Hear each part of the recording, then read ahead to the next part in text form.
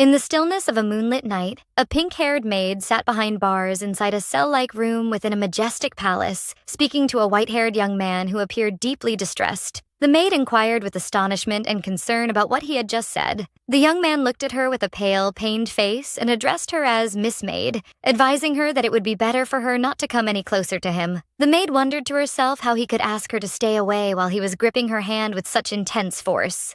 The pain seemed to intensify for the young man, and he let out a groan which startled the maid and made her step back. However, she quickly looked at him with worry and asked if he was all right. Then the young man asked her to touch him, a request that left her wondering in shock about his true meaning. Suddenly, without warning, the young man pulled her toward him with force, and she fell to the ground with him, screaming in surprise. The maid tried to object, rebuking him by saying he couldn't just grab someone so suddenly like that, but he paid no heed to her protest. Instead, he took her hand and placed it on his cheek, letting out a sigh of relief as he began to feel better. She looked at him in confusion and embarrassment while still on the ground, wondering how they had ended up in such a strange situation. Then, time rewinds a little to when the girl woke up to find herself in an unfamiliar place. She realized she had been transported to another world, finding herself serving as a maid in a strange location. She stood before the window in awe, examining her new appearance with her pink hair and the maid uniform she wore, amazed by the beauty of a face she did not recognize. Another maid with orange hair surprised her, suddenly approaching and calling her by the name Rosie, which triggered Rosie's confusion as she wondered about the girl's identity. The maid told her she was late and handed her a cleaning tool amidst Rosie's bewilderment. The maid urged her to hurry to the basement, reminding her that it was her turn to feed the monster, a word that struck Rosie like a bolt of lightning. Rosie repeated the words monster and feeding duty in confusion, feeling as though she remembered something but couldn't quite place it. Rosie wondered if this monster was merely an animal, especially since she was carrying a dog food bowl. But the other maid insisted that a monster remains a monster, and that a maid's virtue lies in quietly performing her assigned tasks, then pushed her toward the basement. Rosie walked down a dark corridor carrying the bowl, concluding that the monster might be some kind of dog and hoping the place wouldn't be too frightening. When she reached a massive locked gate guarded by a soldier, she decided to place the food on the ground and then tried to discover where she was. The guard opened the heavy gate for her and ordered her to set the food down and return immediately, increasing her tension. After entering through the gate, she felt terrified by the gloomy atmosphere and decided to put the bowl down and flee as quickly as possible. She placed the bowl on the floor cautiously, determined to leave before anything appeared. As she turned to go, her eyes caught a glowing eye emerging from the pitch darkness behind the bars. A hand reached out from the darkness and suddenly grabbed her ankle, preventing her from escaping and filling her with panic. The white-haired young man, looking extremely exhausted, stepped out of the darkness, and Rosie realized in shock that the one they called a monster was none other than a human being. The young man pleaded with her while she was still in a state of daze, processing that this person was the monster she had been sent to feed. He collapsed before her, begging her to give him medicine, explaining that he hadn't been able to take it for days and was in agonizing pain. Rosie agreed to help him as she saw him coughing violently, wondering how this person, who seemed like a normal human suffering from a serious illness, could be called a monster. She asked him where the medicine was, and he told her in a weak voice that it was supposed to be in her pocket. Rosie searched her pocket and pulled out a small glass vial containing a glowing purple liquid, wondering if this was the required medicine. The young man answered with an eager look, confirming it was, and begged her to give it to him immediately. But before she could hand him the medicine, the orange-haired maid appeared at the gate and called her name sharply, interrupting the scene. The maid confronted Rosie angrily, asking if she had been charmed by that monster, and sternly reminded her that she was forbidden from giving him medicine without permission from the master, which left Rosie puzzled as she repeated the word master in surprise. The maid insisted they leave immediately, warning Rosie that if she stayed any longer, the monster would completely ensnare her, and then dragged her away while the young man watched them in despair. As she was being pulled away, Rosie cast a worried look back at the young man who was left alone, suffering from painful coughing fits. Rosie made up her mind in an instant and decided to ignore the warnings. She intentionally dropped the medicine vial on the ground near the cell gate. As the vial fell, the young man looked at it in amazement, while Rosie turned her face slightly and whispered for him to drink it secretly. The young man remained alone in the darkness of his cell, looking at the medicine now within his reach, whispering the name Rosie in awe and gratitude. Rosie recalls that moment, admitting she didn't realize then that the obsessed protagonist would become so attached to her because of that single act. She discovered she had been transported into the world of a boys' love novel, where the story's hero would become her captive, insisting she could go nowhere without his permission. The events returned to after they left the cell, where the other maid was walking with Rosie in the corridor, asking anxiously if she had already fallen under the monster's spell. She told her that her behavior had become strange and that she had been absent-minded since meeting him. Rosie tried to feign indifference and laughed, claiming she was just deep in thought. But in reality, she was thinking about this beautiful man called a monster, and the servants who seemed fascinated by him. She suddenly realized that this situation perfectly matched the events of a novel she knew, a wildly popular BL novel called Raised in the Mist. She began to recall details of the novel's world, which contained beings known as transcendentals. These transcendentals were humans blessed by God with power beyond human limits, making them entirely different from ordinary people. However, this immense power came at a heavy price: ruthless, excruciating pain.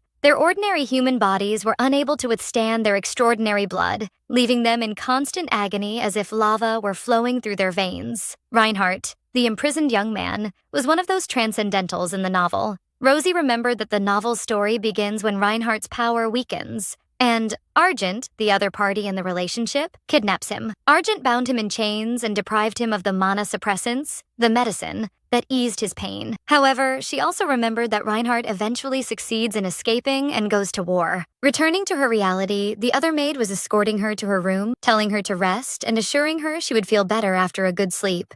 Rosie stopped her suddenly to ask about the master mentioned earlier, and confusion appeared on the other maid's face. Surprised by Rosie's behavior, the maid explained she was talking about Marquis Avantes Argent, and Rosie repeated the name in shock. She immediately realized that this name also belonged to one of the characters in the novel, Raised in the Mist. Her eyes widened in horror as she wondered if she had truly become trapped inside the world of that novel.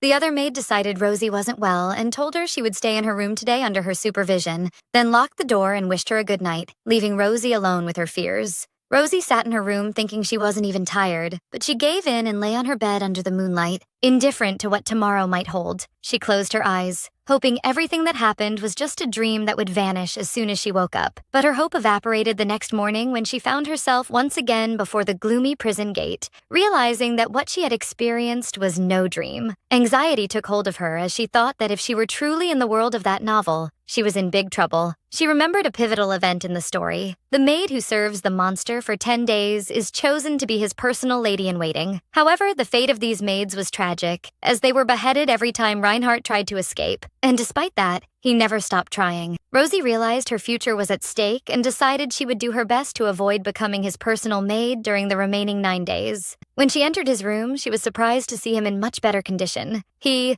greeted her with a calm smile, welcoming her back. Rosie was shocked by this sudden change. He asked if something was wrong, and she answered stutteringly that it was nothing while she continued to offer him food. He told her with a charming smile that he had been thinking since yesterday of a way to repay her kindness, and Rosie couldn't help but notice again how incredibly handsome he was. She told him there was no need for that, and asked him to eat the meal she had brought. So he looked at the dog bowl in front of him. Then he looked up at her, smiling, and thanked her for bringing him food. Confusion seized her. She couldn't understand how he could thank her for food served in a dog bowl. This behavior was extremely strange, as the Reinhardt she knew from the original novel was not a kind person at all. He harbored hatred for everyone in the palace and felt no guilt when the servants who fell under his influence were beheaded because of him. She concluded that the only reason he was being kind to her was his desire for something, specifically the mana suppressant she gave him yesterday. She remembered that Lord Argent gave the maids a very tiny amount of this medicine to prevent accidents during Reinhardt's severe episodes. This small dose barely stopped the convulsions, but was not enough to ease his constant pain. Reinhardt finished his food and told her she could leave now,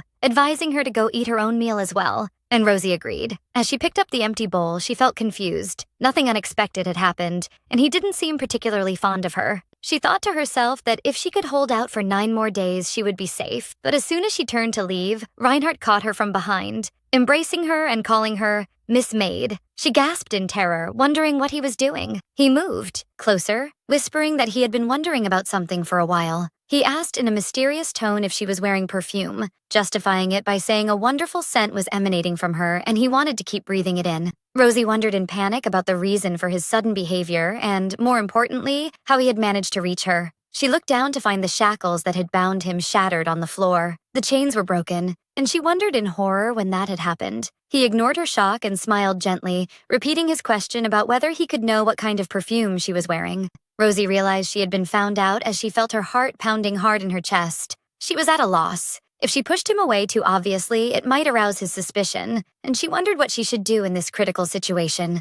In the midst of her confusion, the food bowl fell from her hand while she was still in his arms. In a desperate attempt to get out of the predicament, Rosie pretended to suddenly feel dizzy and fell backward. Reinhardt rushed to catch her anxiously, asking if she was okay. She apologized to him while lying in his arms, claiming she suffered from anemia and hadn't been able to take her medicine, while feeling deeply embarrassed by the situation. She wondered secretly if Reinhardt had noticed her trick, but he looked at her with a mocking smile, making her wonder if he would actually kill her. But he soon showed genuine concern and asked again if she really couldn't take her medicine, making her feel some relief because he apparently believed her lie. She stood up and thanked him for catching her and preventing her fall. She moved away from him, promising to tell him about the perfume next time in an attempt to escape the situation and leave. As she walked away, she couldn't get the image of the broken shackles out of her head. She knew that high-quality magical restraints couldn't just break on their own. She concluded there was a high probability that Reinhardt had broken them himself, which meant she would inevitably die if he managed to escape. Panic seized her,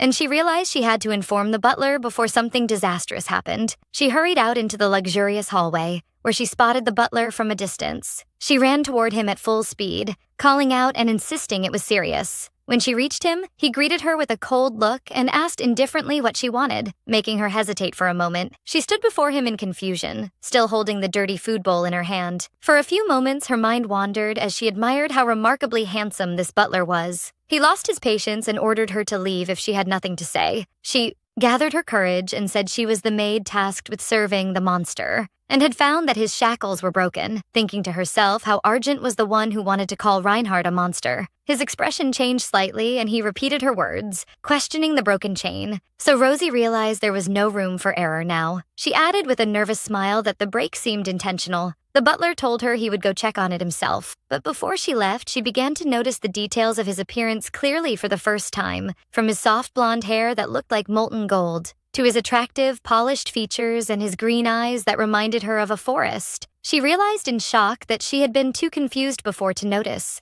but this description perfectly matched the description of the monster Argent in the novel. Her eyes widened in terror as she connected the dots, wondering if this man was Argent himself, the villain of the story. Argent looked at her with a scrutinizing gaze, thinking to himself that this maid seemed useful. In a desperate attempt to divert suspicion, Rosie denied it strongly, claiming she was clumsy and useless. Argent found her eccentric and asked for her name. After hesitating, she replied that those around her called her Rosie. Argent commented on her strange way of introducing herself and smiled, saying he would remember that, then turned to leave. Rosie sighed in despair as she watched him walk away, confirming to herself that no matter how she looked at him, he appeared exactly like Argent. Rosie wished to herself that Argent would forget about her and never pay her any attention. With her life now on the line, she realized she had to act very carefully during the remaining 9 days of her mandatory service. She decided the best way to survive was to stay as close to Reinhardt as possible. By watching him closely, she might be able to predict his next moves and avoid disaster. Thus, she entered his room the next day carrying his meal, but she was shocked to see him sitting on the floor, bleeding from his mouth with bruises visible on his face. Despite his injuries, he greeted her calmly, welcoming her arrival. Rosie was certain at that moment that what happened to him was undoubtedly Argent's doing. Argent must have punished him for breaking the shackles. Reinhardt calmly told her he had suffered minor injuries, but she looked at his condition and said these injuries were not minor at all. He asked with a faint smile if she was worried about him, and she answered to herself that what she felt was guilt, more than worry. She realized this happened because she had reported him and that she was the reason for his punishment, but at the same time, she knew she couldn't pretend not to see it next time, because that would mean her certain death. She sighed in confusion and anxiety, realizing the difficulty of her position. She stopped Reinhardt, asking him to wait for a moment, and left the food in front of him. She hurried out of the cell, saying she would at least bring him some ice to put on his bruises. On her way, she passed another maid with black hair, who looked at her in surprise, saying her face looked familiar. Rosie stopped suddenly, trying to remember who this maid was. She finally remembered. This maid, in the original story, was the one who secretly mixed a certain fruit into Reinhardt's food. That fruit was called flaret. Flaret fruit would arouse the instincts of transcendentals, appearing as an appetite for food or sexual desire. But the problem was that this fruit manifested in Reinhardt as a desire to kill. Rosie realized in horror that she had to stop this maid at any cost. If Reinhardt's bloodlust exploded, she would become just a toy in his hands. She thought about her inevitable fate. Either she would die at Reinhardt's hands, or if she miraculously survived that, the Marquis would execute her for failing to control him. The next day, Rosie went to the kitchen very early. The chef found her and asked why she was there outside of dinner time. She told him with a smile that she would take over the kitchen duties for now. The chef asked in confusion about the fate of the maid who usually worked there. Rosie said, remembering what she had done, that the maid had tripped and sprained her ankle when they collided yesterday. Rosie had intentionally tripped her and hadn't expected her to fall so hard, but the result was in her favor. She told the chef that since she was the one who caused her injury, she offered to cover her shifts, and that this was perfect since she was already responsible for feeding the monster anyway. The chef seemed convinced. The chef agreed to Rosie's request, asking her to start by cleaning the pile of dishes there, and she responded enthusiastically. Rosie felt satisfied. Everything was going according to her plan. Her strategy was simple,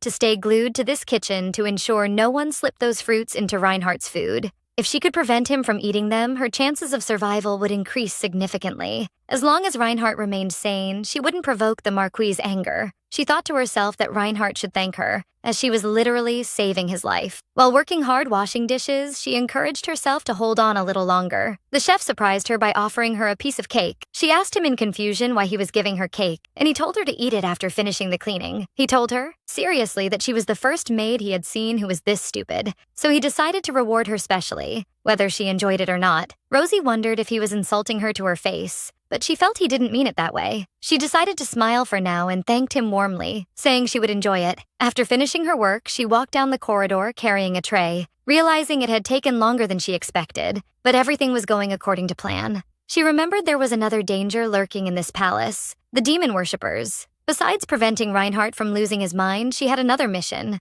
to find the demon worshippers hidden in this palace. This criminal organization had been rooted in the dark underworld of the Empire for ages. They committed all kinds of crimes, such as kidnapping people and offering them as sacrifices to their god. Most importantly, they hated transcendentals, because they were blessed by a god they despised, so they had been hunting innocent transcendentals for a long time. Reinhardt had also fallen into their trap and ended up as the Marquise's prisoner. Rosie realized she couldn't help Reinhardt escape, but during her service, she must ensure he doesn't suffer. That was the only way she could stay alive. She reached the cell door where the guard allowed her to enter as usual. When she entered, she was greeted by Reinhardt's voice saying she had finally arrived. He was sitting in the dark and said he thought she would return sooner, but she was a little late. She told him she had some things she had to take care of, then sat on her knees before him. She placed a bowl of delicious soup and bread before him and asked him to eat his dinner. He looked at the bowl in surprise, so she asked if he also liked sweets. She told him with a smile that she had accidentally brought a treat she received herself and that she couldn't give him all of it, but she would share half with him. He looked at her in silence while wondering to himself about the reason for this sudden change in her treatment of him. But Reinhardt was suspicious of her, wondering if she had done something to the food or received some kind of order from Argent. He told her that her master wouldn't allow this. She replied that the sweets would disappear as soon as he ate them, so no one would know. He explained to her that he wasn't just talking about the sweets. She whispered to him that she had stolen the bowl and ice while working in the kitchen, so they wouldn't notice. Rosie continued, telling him the ice would eventually melt and she would return the bowl to its place so she wouldn't be discovered. Then she asked him to hurry and eat his food before it got cold. Reinhardt began eating the soup, but noticed the taste was slightly different from usual for some reason. She replied while eating her piece of candy that it was normal. Even regular food might taste different sometimes. But Reinhardt continued to watch her suspiciously, wondering if she was pretending or if this kindness was real. He knew that the food served to him was usually mixed with drugs, but he realized that today's meal was completely free of them. This increased his confusion. He didn't understand the reason for this sudden kind treatment from her. After finishing his food, he addressed her directly, noting that she seemed exceptionally kind that day. Rosie replied firmly that she was always kind to the sick, then told him she would take the tray after he finished. Reinhardt smiled a cunning smile and responded to her words, asking if she meant she was only kind to the sick. Rosie was slightly confused and quickly corrected herself, emphasizing that she was always kind even to those who weren't sick. He looked at her and said he understood now, calling her the kind maid, while thinking to himself that it was strange. His mind always cleared whenever she was near him. He noticed that the moment he inhaled her scent, his painful transcendental impulses were suppressed. But at the same time, he felt an increasing desire to possess her for himself alone. As she prepared to leave, he concluded that if he wanted to win her heart, he would have to continue pretending to be sick for a long time to come. Rosie suddenly remembered his previous question about her perfume and told him she had looked into it and discovered she wasn't wearing any perfume at all. Reinhardt looked at her in surprise and asked if her memory problem was so serious that she needed to check on such a simple matter. Rosie claimed her memory was so bad that she sometimes didn't remember if she had eaten her meal or not. Reinhardt feigned pity for her, noting that she seemed very weak, especially since she seemed on the verge of fainting earlier, too. Then he added in a scrutinizing tone that it was surprising,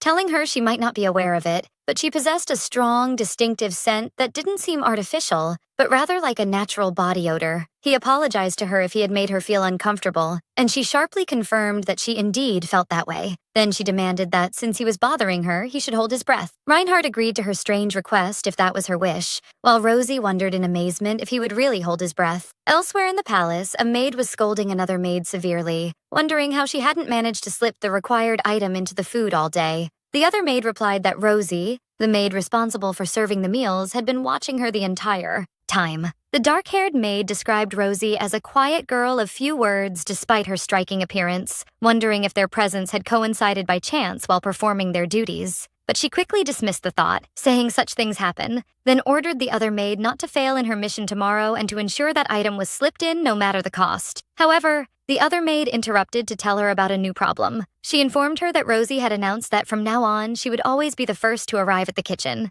The dark-haired maid wondered in confusion about the reason for this sudden decision. The other maid told her that Rosie claimed she found the head chef's cooking so impressive that she wanted to learn from him up close, which shocked and amazed the two conspiring maids. Meanwhile, Rosie was feeling satisfied and relieved. Her trick had worked, and the head chef believed her. Flattery, allowing her to stay in the kitchen and monitor everything. The orange-haired maid noticed that Rosie had been looking happy and smiling since the morning, and asked if something good had happened to her, but Rosie denied it. Then the maid asked her if she had heard the new news. She told her that Count Hertas's family was searching for their missing daughter. When Rosie heard the name Hertas, it felt familiar to her, and she soon remembered in shock. That was the family of Yurta Hertas, the villain and second obsessed male lead in the original novel. She remembered that Yurta appears as a villainous character who constantly interferes in Argent's affairs. The reason was that Argent had killed his missing younger sister. When the sister he had long searched for returned to him as a lifeless body, Yurta approached Argent with a heart full of a quest for revenge. As events progressed, and as secondary leads often do, he developed feelings for Argent. But they were obsessed and destructive feelings, showing deep madness and a desire to destroy Argent if he couldn't possess him. Rosie returned to reality, wondering why the Count's family was mentioned now. The maid told her the daughter had run away 2 years ago and that there was a huge reward for whoever finds her, worth the price of an entire palace. Rosie was stunned by the size of the reward. Rosie wondered why they were searching for her now after all this time.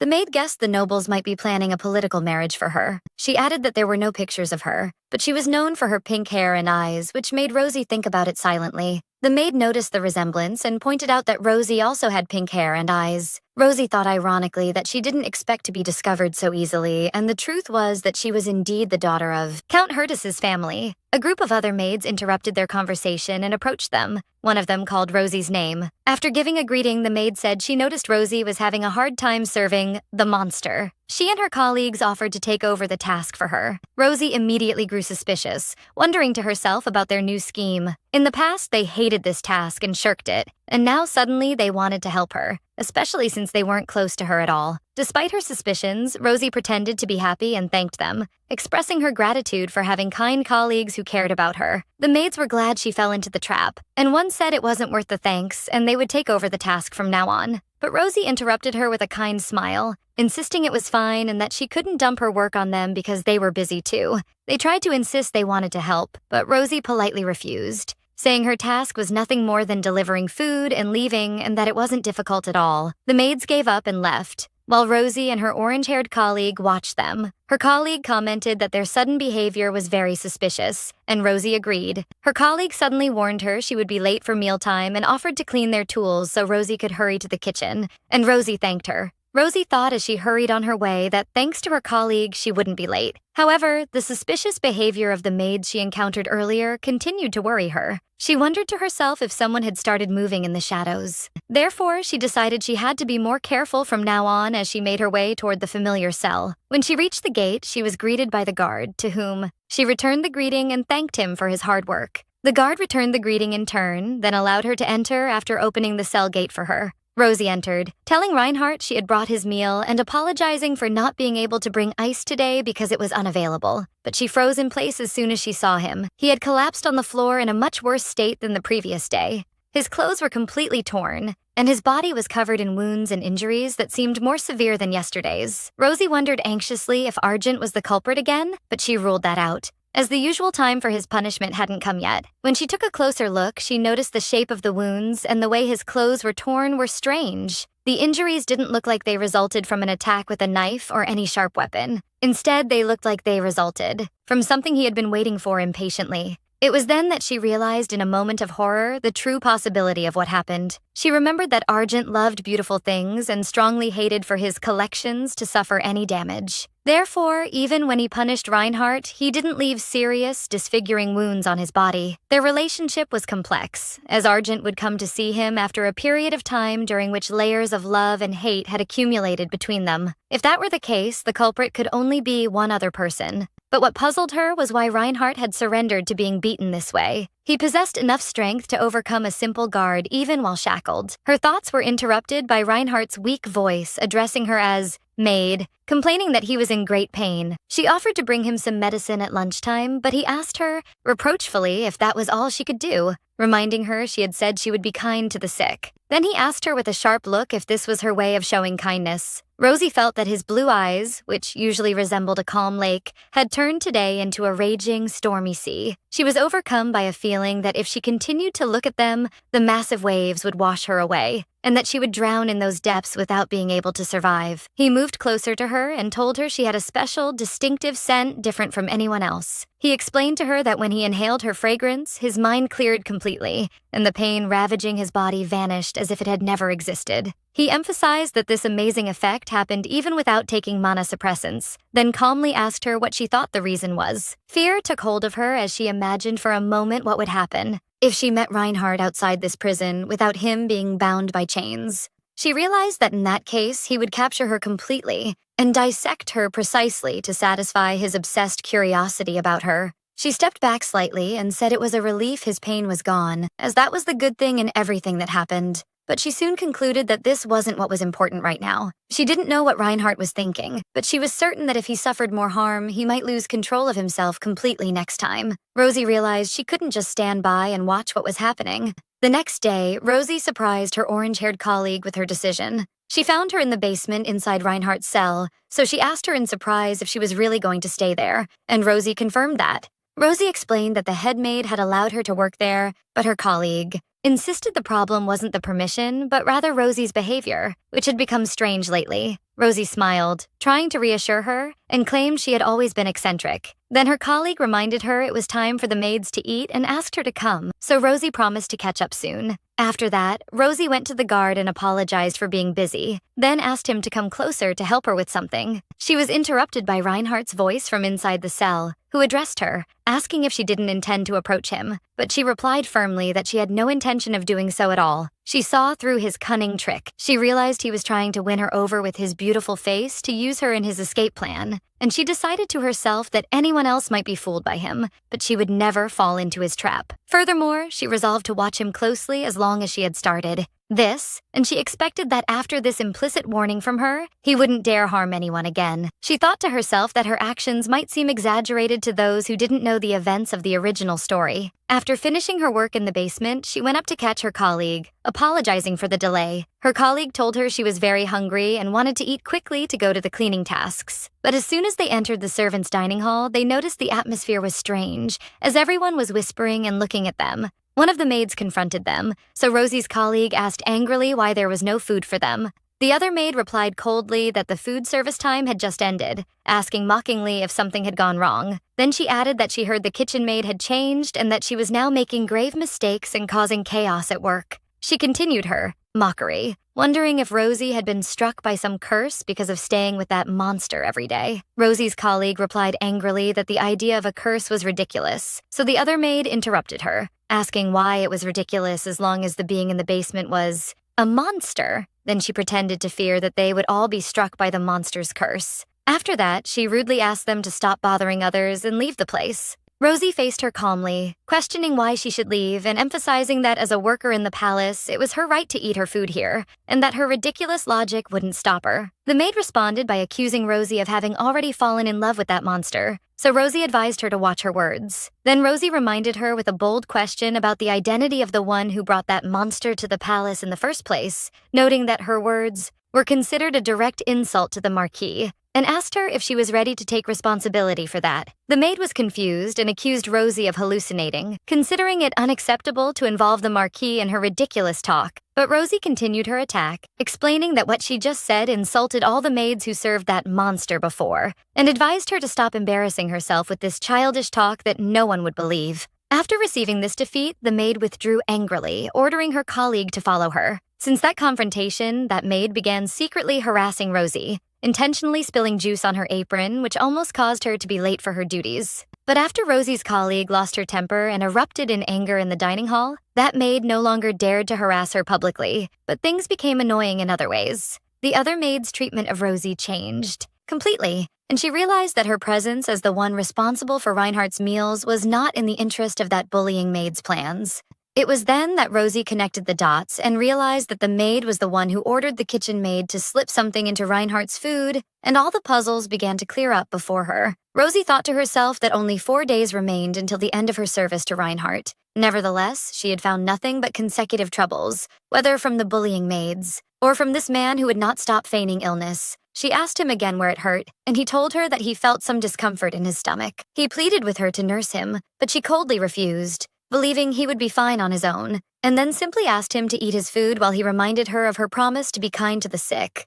Reinhardt noticed that she treated the guard with kindness while appearing cold-hearted toward him. Rosie responded angrily in her mind that the reason was that the guard was not someone who might kill her at any moment. He asked her directly if she hated him, and she answered with complete honesty that she did. Reinhardt pretended to be saddened by her bluntness, but she replied that she was not the one being hurt in this situation, so it did not matter to her. Suddenly his tone changed, and he referred to what she had said previously, that regular food might sometimes taste different. In an instant, the food bowl fell from his hand and he collapsed to the floor, coughing violently. Rosie was terrified and screamed his name. When she approached him, she felt his high body temperature and immediately realized that these symptoms perfectly matched the effects of the flaret fruit. Wondering in horror if they had placed it in his food again, confusion seized her as she had been, monitoring the situation carefully and did not understand how they managed to slip it into the food. But a strange feeling came over her, as she remembered hearing that the effect of the flaret fruit does not appear immediately. Rather, it accumulates in the body and only manifests after a while. His condition worsened, and he began to gasp with difficulty. Calling her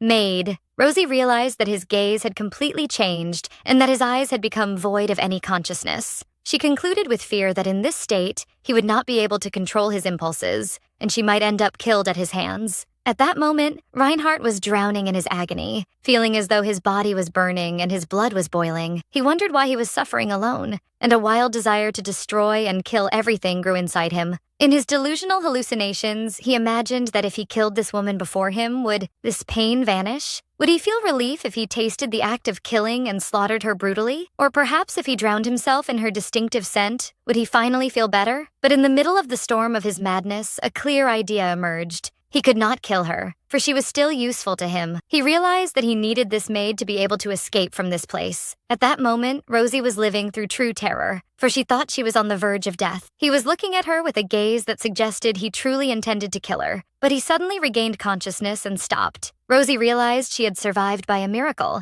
and that if he had not been wearing those mana-suppressing shackles, she would now be among the dead. She wondered in bewilderment how the other maid managed to slip the fruit into the food, even though she was watching her closely. But one thing was certain to her. Mary, the bullying maid, was the one behind all of this. Meanwhile, Mary was in her room thinking that the effect of the medicine must have begun to appear by now. She wondered to herself why she hadn't resorted to an easier method, such as switching the monster's food ingredients or his spices, or any other of the many available ways. and she wondered why she had become so obsessed with harming Rosie to this extent.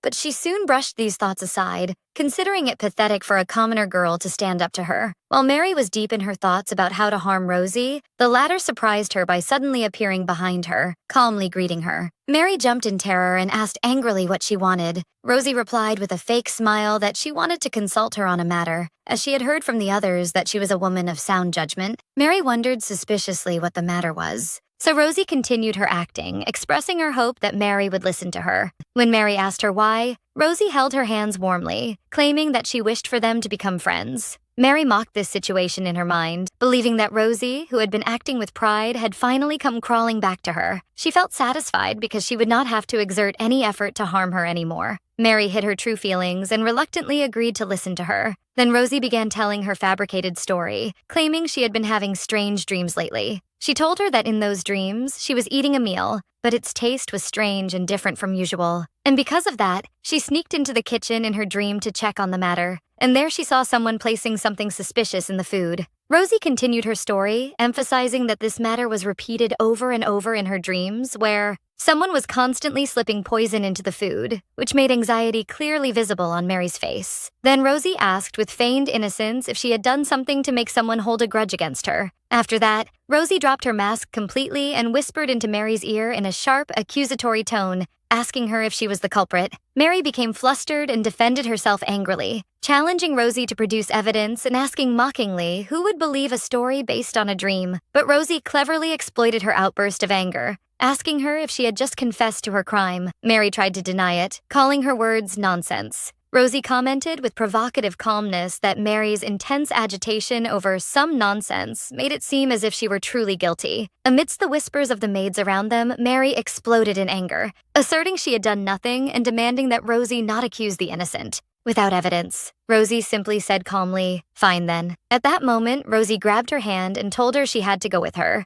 which triggered Mary's panic and her questioning of their destination. Then they headed toward the butler. The butler noticed Mary's presence and called her name, and terror seized her as she recognized his identity. The butler grabbed the kitchen maid firmly and asked Mary directly if it was true that she conspired with this maid to harm their guest. Then he addressed the kitchen maid, ordering her to confess immediately what she was trying to put in the food, while Rosie monitored the situation and wondered to herself about the identity of this man called the butler. Rosie realized at that moment that the man she met previously was too handsome to be just a butler, and she concluded that person must have been the real Argent. Rosie decided the time had come to solve the problem before her once and for all, and she asked the kitchen maid in a sharp tone about the magnitude of the grave mistake she had committed. The maid tried to evade the situation and lied, claiming she was told that the substance would merely enhance the food's flavor. Rosie revealed that she had already spoken with her colleague Emily and the chef the previous day, making them witness the kitchen maid switching ingredients to place the medicine, emphasizing that the matter went beyond mere flavor enhancement. Emily stepped forward carrying an illustrated botanical guide and presented it to the butler, explaining that the identity of the substance the kitchen maid used was in this book. The butler asked her in admiration if she had discovered all of this by herself. Emily answered enthusiastically and loudly that she hadn't, and that Rosie was the one who discovered everything, which struck Rosie with shock and panic at this unexpected praise. Rosie felt despair, blaming Emily in her heart, for Emily was supposed to take the credit for herself. While Emily was happy with her performance and wondering if she had acted well, Emily continued her praise, explaining that Rosie was the first to notice the kitchen maid's suspicious behavior, while the butler looked at Rosie with admiration, commenting to himself that she was a very clever maid, which increased Rosie's frustration. The kitchen maid realized that everything was over and that further lying would only lead to dire consequences beyond just being fired. In a moment of despair, she decided she no longer had a choice but to confess the whole truth. The kitchen maid broke under the pressure and confessed that Mary was the one who gave her the orders, explaining that she exploited her need for money to treat her sick brother. She continued her confession, stating that Mary directly ordered her to slip poison into the food, which drove Mary to scream in shock and denial, claiming everything said was just a conspiracy to frame her, while Rosie watched the scene with coldness and confidence. Mary tried desperately to convince the butler she was innocent and that the kitchen maid was lying, while the kitchen maid pleaded in turn, insisting she could explain all the details. But the butler confronted Mary with a logical question, asking why a simple kitchen maid would risk everything to fabricate a charge against her. Mary screamed in a state of panic that she didn't know why, but but she insisted on her innocence while Rosie followed her collapse with a look not void of satisfaction. The butler announced his decisive decision, asserting he would raise the entire matter to the Marquis, then issued his order to imprison the kitchen maid in the detention cell. Then he turned to Mary and ordered her to stay in her room to reflect on her actions, while the kitchen maid broke down in tears and Mary stood, shocked at her fate. Before leaving, the butler gave a final warning to Mary, explaining that although the current evidence was circumstantial, she would face a severe punishment once conclusive proof was found against her. Later, Emily was enthusiastically congratulating Rosie on her success. But Rosie was thinking about her next step, considering that solving this problem would pave the way for whoever came after her to serve Reinhardt. Their conversation was interrupted by the butler, who approached Rosie and unexpectedly offered her the position of a private lady-in-waiting. Amazement seized Rosie at this unexpected offer. At that moment, Emily was reflecting in her heart on how Rosie had changed. When she first came to the palace, she seemed sharp-tempered and sluggish, but she noticed that her personality and aura had completely shifted lately, a change she did not mind at all. Rosie woke from her shock and politely refused the butler's offer, apologizing for her inability to accept an exclusive lady-in-waiting position. Anxiety seized Emily as she saw Rosie's refusal, for she felt that the more her friend changed, the worse and more complicated things around her became. Emily remembered Mary's poisonous look and silently wished that no harm would come to Rosie. Near Reinhardt's cell, Mary was fuming with anger, complaining to the guard how Rosie had ruined her plan that was about to succeed. The man advised her to be quiet so they wouldn't be discovered. The man quietly wondered why she was so insistent on harming Rosie. She got angry at him and accused him of not siding with his lover. Mary exploded at him in anger, accusing him of siding with that bitch over her. He apologized hastily, then asked her why she had come, reminding her that the punishment for sneaking out of her room would be worse than imprisonment. Mary confidently declared she would create evidence to prove her innocence. The man asked her in confusion how she would do that. She explained her cunning plan. Since the kitchen maid is imprisoned and she is locked up, if poison continues to appear in the monster's food, it will inevitably prove her innocence. She asked him to help her implement this plan, and the man secretly agreed to her request. Meanwhile, Reinhardt was smiling in the darkness of his cell, thinking to himself that things were starting to become more exciting. The next day, while Rosie was on her way to serve the food, she was thinking that despite Mary's punishment, the other maids were still bullying her, which increased her determination to leave the palace as soon as her service period ended. But one of the guards suddenly stopped her, inquiring why she was late. Rosie was surprised by the presence of a strange man with fair hair standing next to the guard who initiated a smile and welcome. She wondered in bewilderment about his identity. The man approached her and mentioned he had heard she was the one serving the monster's meals, pretending to sympathize with her because this must be tiring extra work. Then he moved even closer, wondering if her work as a maid was generally exhausting. Rosie moved away from him and told him her task was simple and didn't go beyond serving food. While she wondered anxiously about the identity of this intrusive person, she wondered to herself if this man was Rosie's lover, given the way he touched her. But she soon thought of another possibility, which was that this man might just be an impudent and disgusting person trying to harass her. The stranger continued his polite talk, suggesting to Rosie that she turn to him if things became difficult, but she responded coldly, asking if he would do her work for her if she spoke to him. The man was flustered for a moment before denying that, while the guard monitoring the situation secretly placed a suspicious powder in Rosie's soup bowl. Rosie told him sharply that if he didn't intend to help her, she had to continue on her way, explaining she had a mission to deliver food to the person inside. The man laughed mockingly at her description of Reinhardt as the person inside, wondering why she didn't call him a monster like the rest, then asked her if the rumors about her falling under his curse were true. Rosie realized she was in trouble. If she continued talking to him, something bad would inevitably happen, but she maintained her composure and asked him in return how she should address him then. The man replied that a monster remains a monster, but Rosie responded wisely that she calls beings by their names, whether they are humans or animals. And since she didn't know his current name, she preferred to refer to him as the person inside, wondering if there was anything wrong with that. The man tried to evade the situation, but Rosie added with a fake smile that his way of talking made her feel as if she had committed some mistake, and that this bothered her a little. Rosie decided to end the conversation and told him she was going to serve the food, while he looked at her in suppressed anger, commenting to himself on her arrogance despite her being just a worthless maid. Rosie stopped in her tracks suddenly when she heard Reinhardt's voice from inside the cell, asking her in a mysterious tone if he was considered a human from her point of view. Rosie was struck by panic, wondering if he had heard everything that took place outside. Panic seized Rosie, for she realized her loud voice had implicated her. While the man was the one directing insults, it seemed as if she was the one caught speaking ill of Reinhardt. Rosie turned to Reinhardt and answered hesitantly that biologically she indeed considered him a human. Reinhardt smiled a charming smile and confirmed the truth of her words, so she calmly asked him to enjoy his meal, addressing him as Mr. Human. She placed the soup bowl before him and asked him to eat. Reinhardt thanked her quietly, while Rosie was still tense from the situation. But suddenly, Reinhardt intentionally dropped the bowl from his hand. The food scattered on the floor, and Rosie sat shocked by his action. She immediately apologized to him, unable to believe she had committed such a mistake for the first time, wondering if she had been lost in staring at him without realizing it.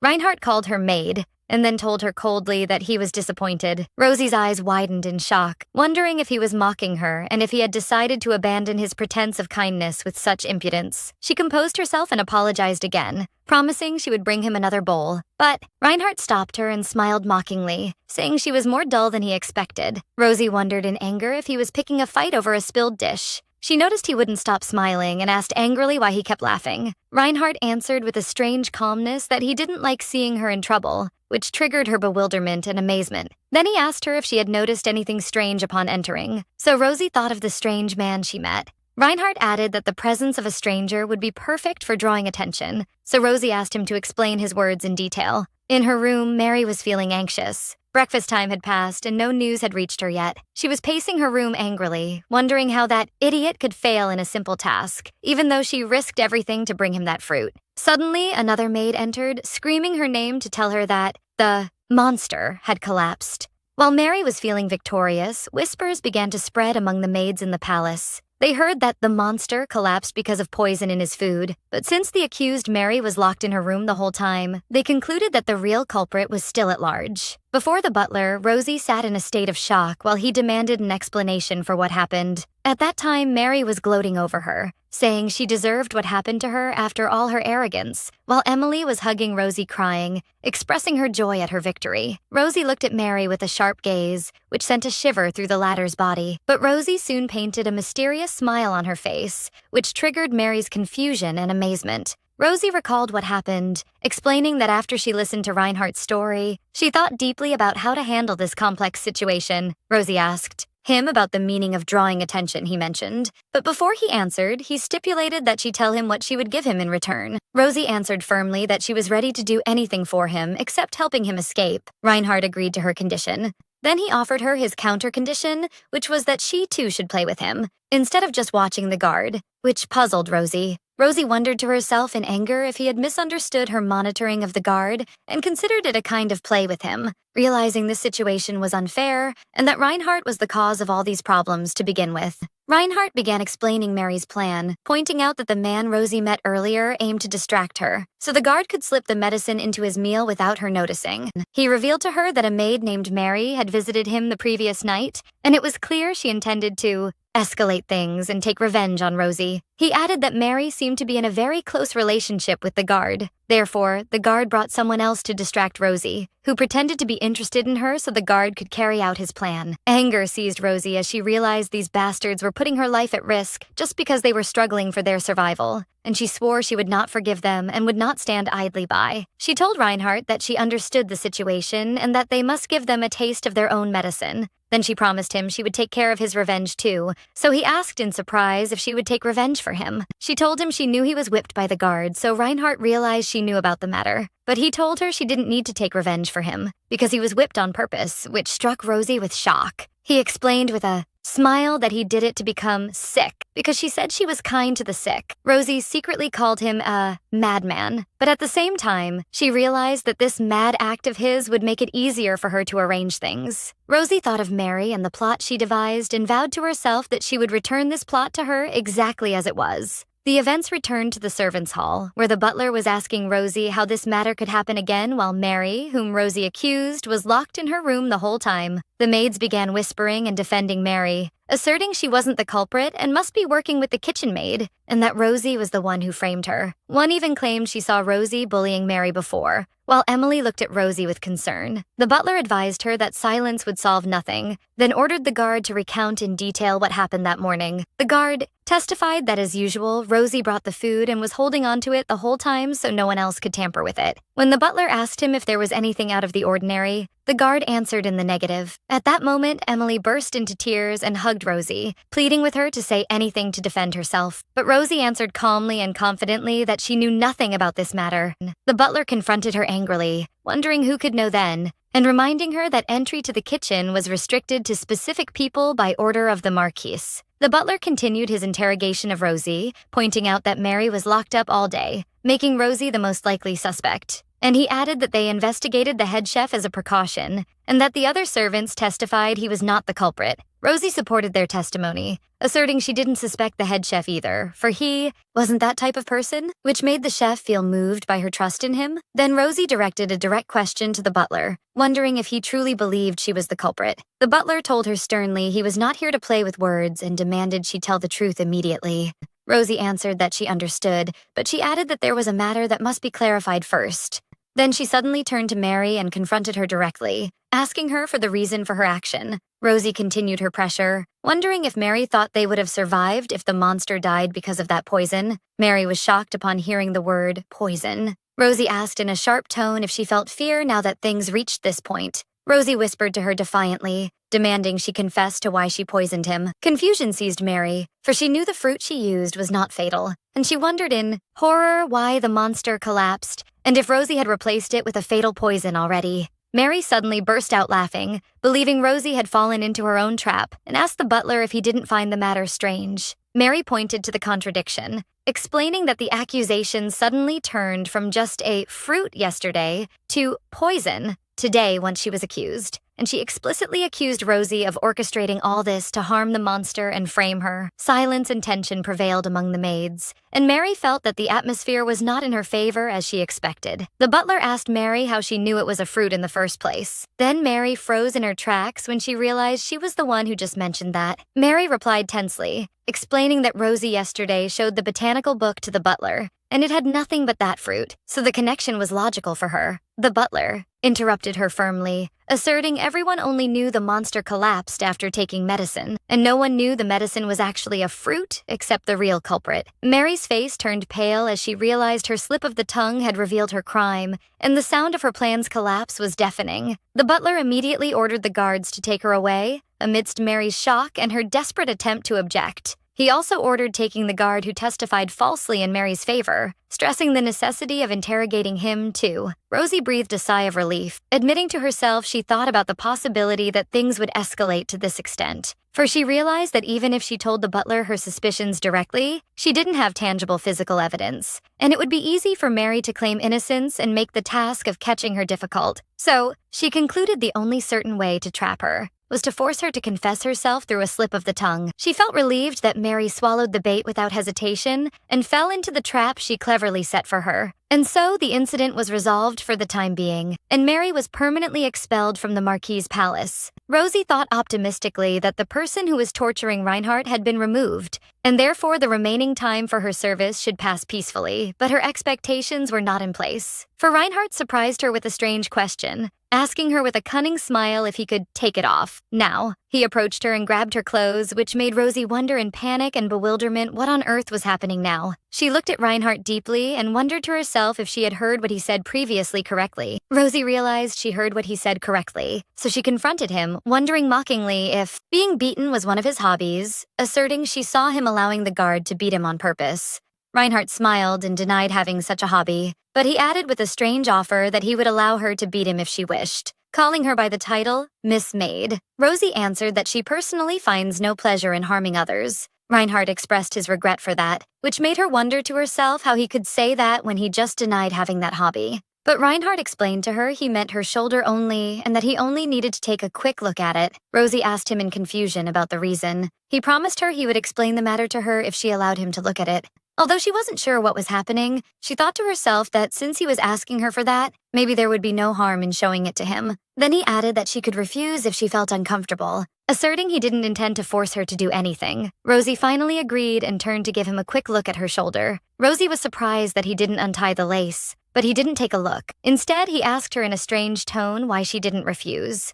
Rosie answered with complete confidence that she didn't refuse because she was confident of her ability to kill him immediately if he tried to make any suspicious move. Besides, she thought to herself that revealing the shoulder was not a big deal in her original world. So, she reassured herself that it was just a shoulder and that everything would be all right. Rosie moved part of her clothes to reveal her shoulder, then asked him if they were finished now. Then Rosie noticed he wasn't answering her, so she asked him what was wrong with him. He surprised her with a direct question about whether she was aware of demon worshippers, explaining that they carry a special tattoo of their own. He explained to her that to declare their loyalty to become the wings of the devil, they brand a mark near their shoulder blades. Confusion seized Rosie, and she wondered why he suddenly brought up the subject of demon worshippers. Reinhardt admitted to her he suspected she was one of them. Rosie asked him in shock how he could suspect an innocent person like her. He replied with a mysterious answer that he would accept her innocence for the time being, but he added he was surprised by the absence of the tattoo on her shoulder. She answered him mockingly. She wouldn't have shown it to him if it existed in the first place. So he confirmed to her he concluded now she wasn't among them. Rosie suddenly realized the reason for his suspicions and asked him if he suspected her because of the scent emanating from her. He answered in the affirmative, explaining he thought they might have changed their methods this time. Rosie felt terrified by the idea he had been suspecting her all this time, but she decided her work with him would end today anyway. She happily declared today was her last day on the food delivery mission, and that once she didn't have to see him again, she wouldn't have to fear for her life anymore. Reinhardt noticed she seemed in a good mood. She confirmed to him she had her reasons for that. Then she presented him with a basket full of potatoes. He asked her in confusion what that was. Rosie reminded him he asked her to stay by his side in exchange for information about Mary, and since she started acting comfortably, she brought him some potatoes to eat too. Reinhardt concluded she was trying to make him work now. Rosie cunningly admitted she was found out and promised him if he peeled the potatoes well, she would boil them and bring them to him.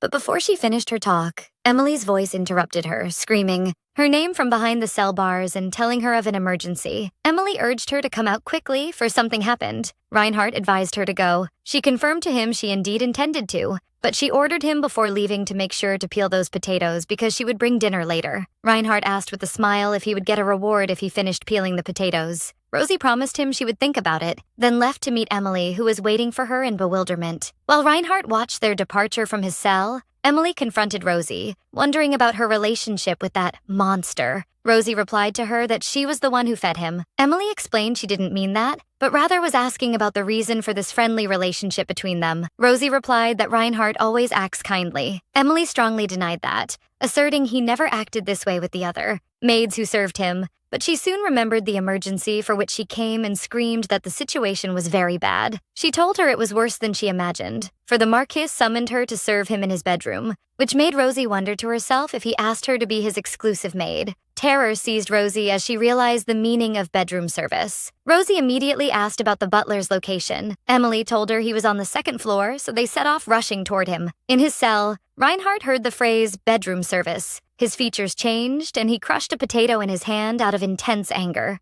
Despite her attempts to object, Rosie found herself pushed by force to stand before the Marquis' bedroom door. Despair seized her as she felt something wasn't going in her favor. The door opened to reveal a man with blonde hair who invited her to enter. Rosie knew he was the one who summoned her. She realized at that moment this man was Argent himself, and not the butler as she thought. Rosie immediately apologized for her previous mistake in not recognizing him, realizing she was deceived and that someone with such an appearance couldn't just be a minor character. Argent told her not to worry about that, then revealed to her he heard news of her refusal of the exclusive lady-in-waiting position. Rosie immediately understood this was the reason for her being summoned here. Argent asked her if she refused because of the rumors circulating about him being a monster. Rosie denied that, so he asked her about the real reason for her refusal. Rosie thought to herself that Argent was looking for an exclusive lady-in-waiting for Reinhardt, and since she was aware of Reinhardt's escape attempt and revealed Mary's crime, she seemed the ideal candidate in his eyes. She sighed in despair. In her attempt to avoid death, she ended up drawing Argent's attention instead. She told him she refused because she would be leaving this place soon. Argent repeated the word leaving in surprise. She explained to him she saved enough money to be able to achieve her childhood dream.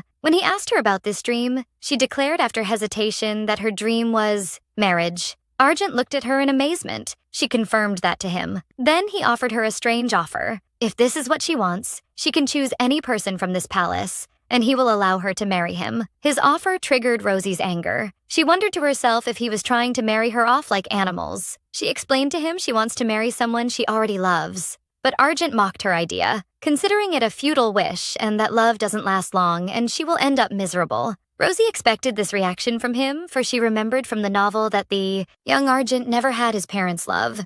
It's natural for parents to care for their children, but Argent's parents never gave him that basic care. Because he didn't know the mistake wasn't his, he began to hate himself instead of them. He truly believed the reason for that was because he wasn't beautiful, but the truth was that Argent was a beautiful boy. But since he himself didn't believe that, he felt his beauty was worthless. And that was the first time Argent became obsessed with beauty. Rosie thought to herself that since Argent didn't have his parents' care, it was likely he saw love as unnecessary. Then she addressed him, admitting that love may not last forever. Exactly as he said. But she added that humans are not entirely rational beings, and for now, she wants to make a foolish choice. The course of the talk suddenly changed. Argent asked her about when she planned to leave the palace. She told him she thought she would leave within 15 days. Argent seemed surprised for a moment, then told her he wanted to tell her something. He revealed to her she was the first maid to realize Reinhardt's shackles were broken. Then he surprised her with a shocking confession. In truth, he was the one who broke them. Shock seized Rosie, and she wondered in amazement how that could be reasonable,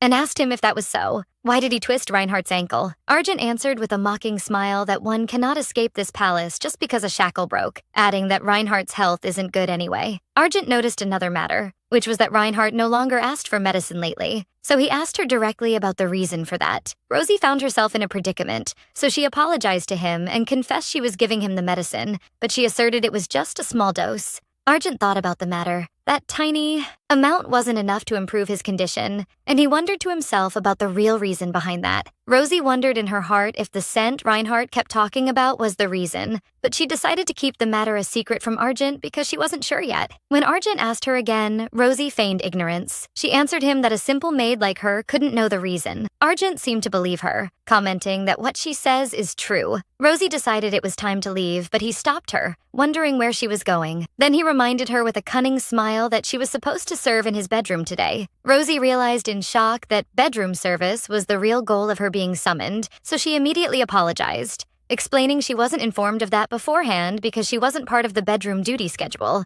Then she asked him with feigned innocence if he needed to change the bedsheets. Argent looked at her in silence for a moment. Then he asked her directly if she even knew what bedroom service meant. Rosie continued her pretense of innocence and insisted with a smile that she knew nothing, and she asked him if the mission didn't exceed cleaning the room and serving the marquise. Argent smiled. He told her to forget the matter and allowed her to go. Rosie felt relief because she survived this dangerous situation. In another place, the guard who helped Mary was running in a moonlit forest. Happy he was still alive. He knew that if it weren't for the person sent to help him, he would have rotted in prison, and he cursed himself for trying to help Mary. He was grateful he was able to get most of the required information before being caught. He decided to take the money and disappear and made his way toward a secluded hut. He knocked on the door. A voice from inside allowed him to enter to find before him a person wearing a hooded cloak. Another hooded person asked him if he was the gatekeeper and expressed pleasure for his safe survival. The guard knelt, expressing deep gratitude to the hooded person who helped him escape from prison, but the man coldly ordered him to save his thanks for himself. The hooded man told him he found something interesting in the report the guard submitted. His interest was focused on that woman who reported the incident and asked, confirming if her name was Rosie. Then he asked the terrified guard to describe her appearance to him. At that moment, another person accompanying the hooded man intervened, suggesting to his master that the matter might be nothing more than a similarity in names. The master rebuked his follower, asking if he was talking back to him. The follower hastily denied that, explaining he was only expressing an opinion.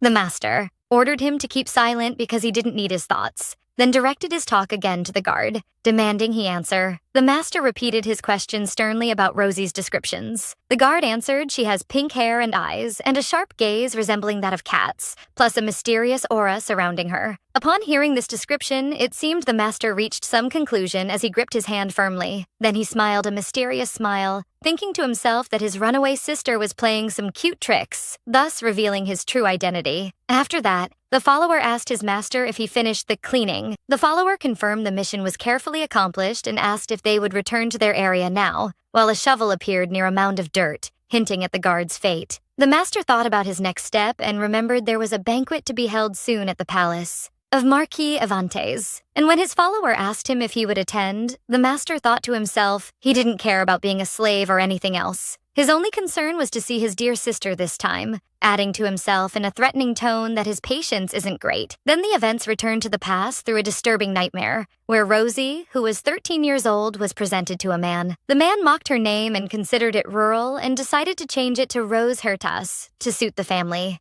One day while she was in the rose garden, she was attacked by a boy who hit her head with a stone. The boy called her a bug who dared to enter their home. Then he angrily ordered her to lower her eyes. He demanded she leave, and when she didn't respond immediately, he repeated his order violently. He fumed with rage and raised the stone, threatening her. But another younger boy with dark hair intervened and stopped his brother, asking him to stop. The older brother left angrily, leaving the little boy with Rose. The boy, who was none other than Yurta, turned to her and told her he had just saved her. But instead of thanking him, she coldly ordered him to leave too. She added she didn't want to see either of them and ordered them out, but he grabbed her violently, commenting that her attitude wasn't good, and calling her, "my sister," in a scary tone. Rosie suddenly woke up from this nightmare, screaming in terror. Rosie wondered in bewilderment about the kind of dream she had just seen. The next day, Emily noticed the paleness of her face and asked if she hadn't slept well, so Rosie told her she had seen a nightmare. She had never had a dream like that before, and if her guess was correct, this dream was nothing but a memory of Rosie,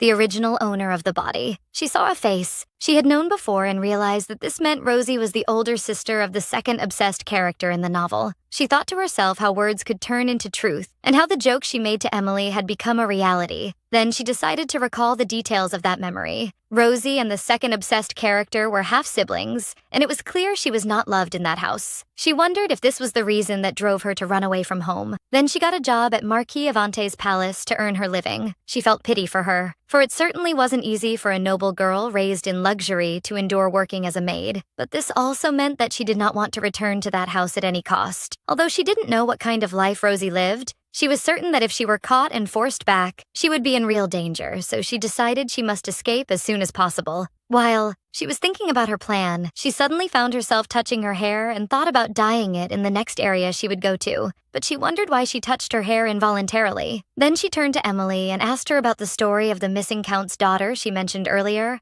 and whether there was a picture of her. Emily told her she heard they intended to publish a picture of her, but the second young master made a big fuss, saying they couldn't recklessly publish his sister's face, so she wasn't sure about the matter. Rosie wondered to herself whether this was her good luck or her bad luck. Emily asked her why she was interested in the matter and if the reward had tempted her, so Rosie answered that it was just curiosity. Meanwhile, Reinhardt in his cell felt that his mana flow had decreased slightly. He confirmed that the scent emanating from that maid was what eased his pain. At first, he suspected she was a demon worshipper using some trick, but she didn't carry the wing tattoo on her back, and her behavior was completely wild. He described her in his mind as an impudent woman, for she was likely the only person who treated him as if he were only fit for peeling potatoes. She made him smile sincerely instead of the fake smile he was used to. He wondered to himself what would have happened if he pretended he couldn't resist the urge and left his mark on her. But he soon brushed this idea aside, considering himself a madman and asserting that he desperately needed that maid. He decided that if he escaped from here, he would take her with him, and until then, he would slowly decrease the distance between them and maintain a good relationship. The next day, a new maid came to serve the food and introduced herself as Ella,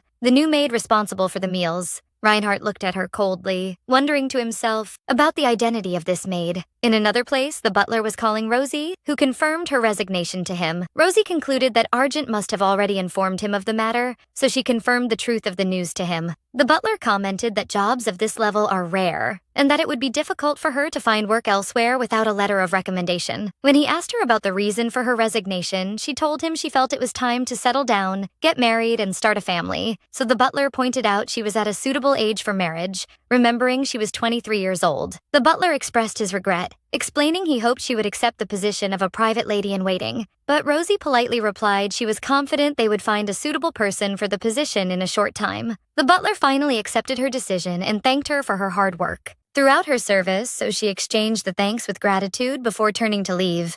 But as soon as she left, the head maid was surprised by the appearance of another maid named Ella, who showed signs of extreme panic and confusion, so she asked her why she was in this place at this time. Ella didn't answer the head maid, but rushed toward Rosie and grabbed her, pleading with her to switch the meal delivery task with her, offering to do all her work the next day in return. Rosie looked at her calmly and reminded her that today was her specific turn to serve the food, but Ella burst out admitting she couldn't do it because she was so terrified. Ella continued her pleading, pointing out that Rosie had handled the matter skillfully before, to the point that the butler offered her the position of a private lady-in-waiting in appreciation of her work. Rosie refused her request, explaining that rules prevent a maid from taking the food shift twice, and that she, in any case, did not intend to accept the position of a private lady-in-waiting. Then, Ella's despair turned into anger, and she confronted Rosie, wondering if she didn't feel sorry for her. Then she blamed her, screaming that she was the one who got her into this situation because of her refusal of the job, and asked her if she didn't feel guilty at all, which prompted the butler to intervene and order her to stop. The butler tried to explain to Ella that everyone had performed this task before without complaint, and that he couldn't grant her an exception, but she expressed her extreme fear that the monster would lose his mind and attack her. Ella collapsed while crying, so Rosie looked at her for a moment and then asked her to wait. Rosie left and returned a short while later to offer Ella something that would help her in her mission. Ella wondered in bewilderment what she offered her, so Rosie told her it was a potato. Rosie explained her strange logic, pointing out she noticed that the man seemed to enjoy peeling potatoes, and she advised her to give it to him, asserting that would keep him quiet, which triggered the bewilderment of both Ella and the butler alike. Later, Ella thanked Rosie warmly for her advice, and she confirmed to her that what she said was true, and that the monster seemed to actually love potatoes, which surprised Rosie. But Rosie thought in wonder that she didn't understand why the potatoes he peeled appeared distorted and torn in this way. In another place, a dark-haired young man wearing luxurious clothes was asking his assistant named Essel what he thought of his appearance.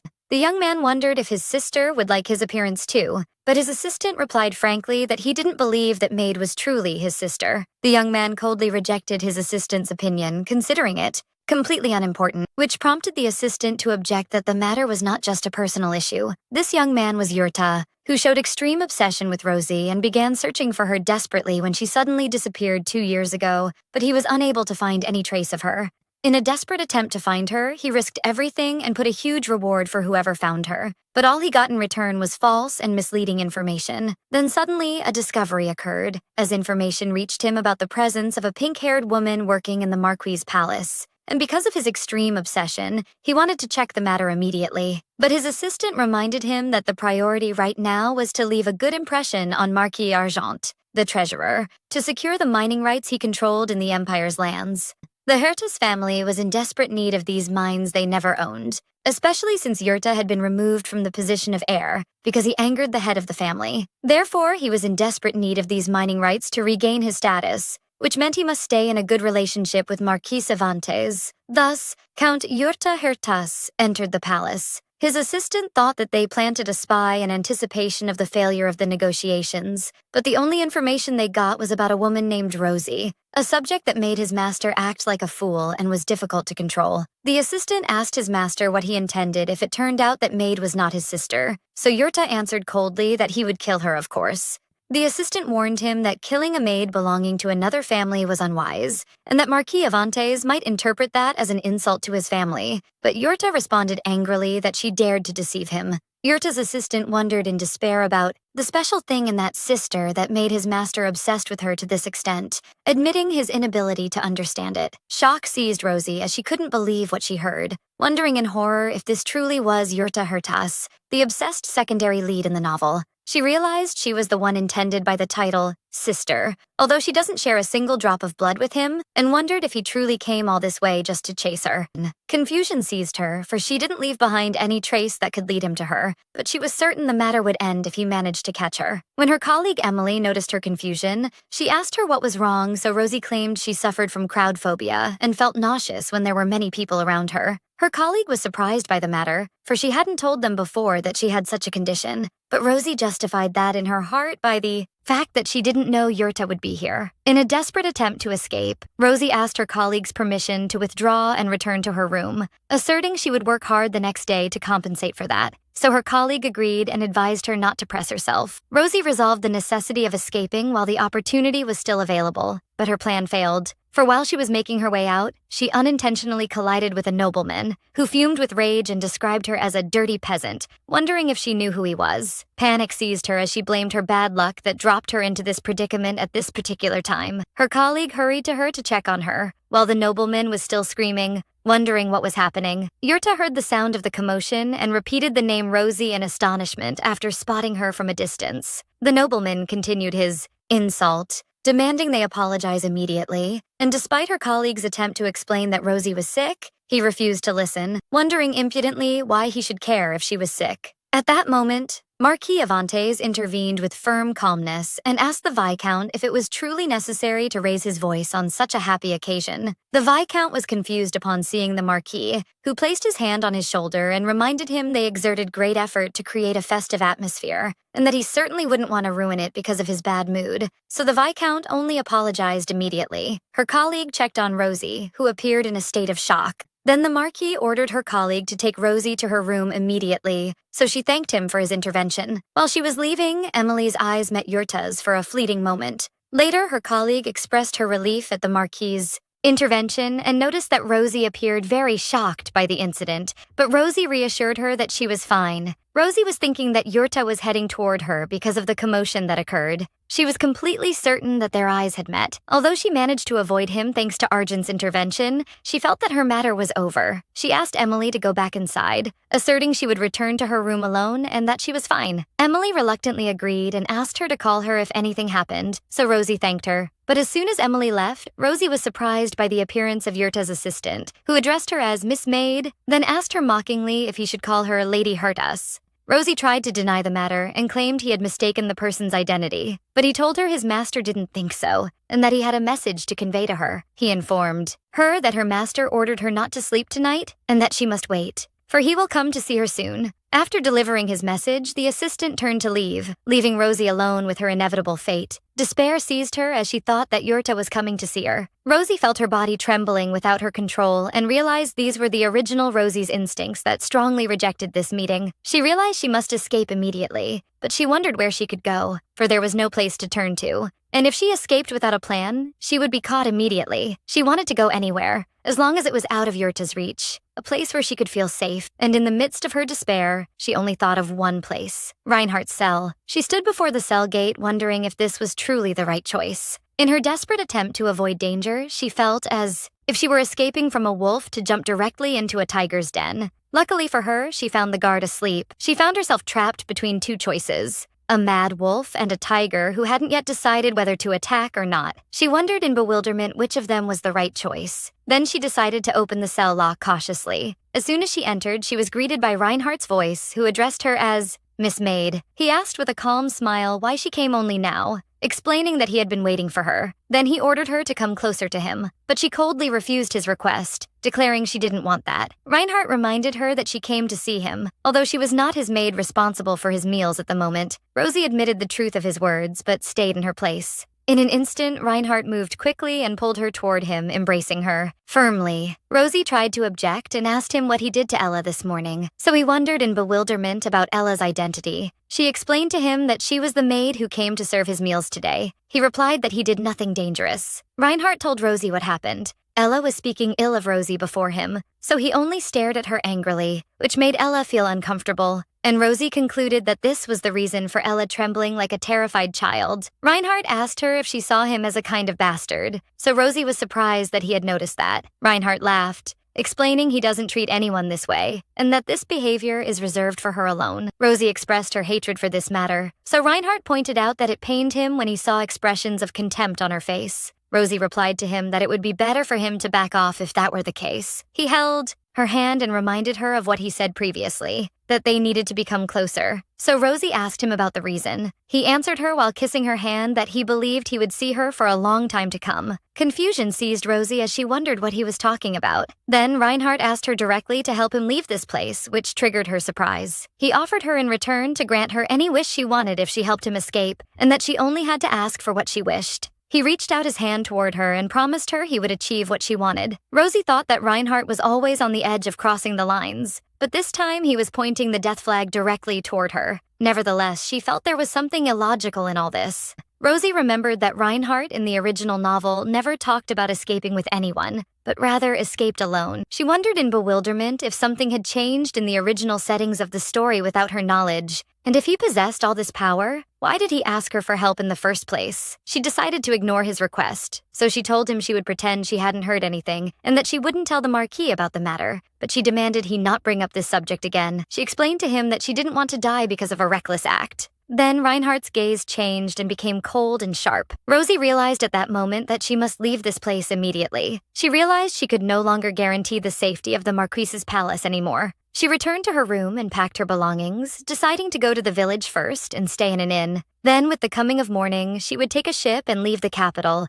and would think about the rest of her plan later. She sneaked out of the palace cautiously, exploiting everyone's preoccupation with the preparations for the party and the weakness of the guard. She thought that since it was late, it would be difficult to find a carriage. But while she was trying to get out, she was surprised by the appearance of Yurta behind her, who asked her where she thought she was going. He grabbed her firmly before she could escape, declaring he had caught her. He embraced her firmly, declaring he had finally found her, calling her sister. Rosie immediately realized this voice belonged to Yurta Hertas, the obsessed secondary lead in this novel. She felt suffocated, and that just a light touch from him caused her intense discomfort. Yurta asked her the reason for her escape, wondering if it was because she left alone for the academy, and reminded her that he told her they should go together. He explained to her she said she didn't want to go, so he went alone, but he didn't understand why she abandoned him and left, admitting she was the first person to test his patience to this extent. He held her face and asked her mockingly if she enjoyed playing the role of the maid, then told her the time to return had come. But she pushed him away and asked him defiantly who he thought he was to do that. She faced him angrily, wondering if he still didn't know the reason for her leaving that house, and reminded him that if someone is discarded, they should have the sense to back off. She firmly declared she would never return to that house. He called her by the title sister, and warned her it was wise not to provoke him.